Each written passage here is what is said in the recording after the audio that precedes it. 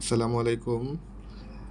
আজকে আমি তোমাদেরকে জেনারেল নলেজের একটা ছন্দ শেখাবো, যেটা হলো সার্ক নিয়ে লেখা।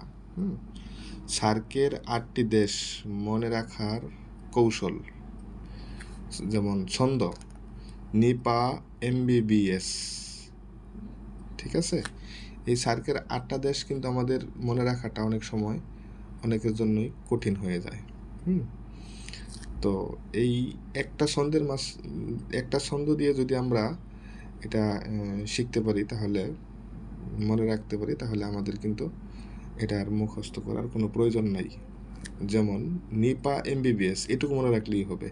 এনতে নেপাল, আইতে ইন্ডিয়া, পিতে পাকিস্তান, এতে আফগানিস্তান, এমতে মালদ্বীপ, বিতে বাংলাদেশ, আবার বিতে হলো ভুটান, আর এসতে হলো শ্রীলঙ্কা।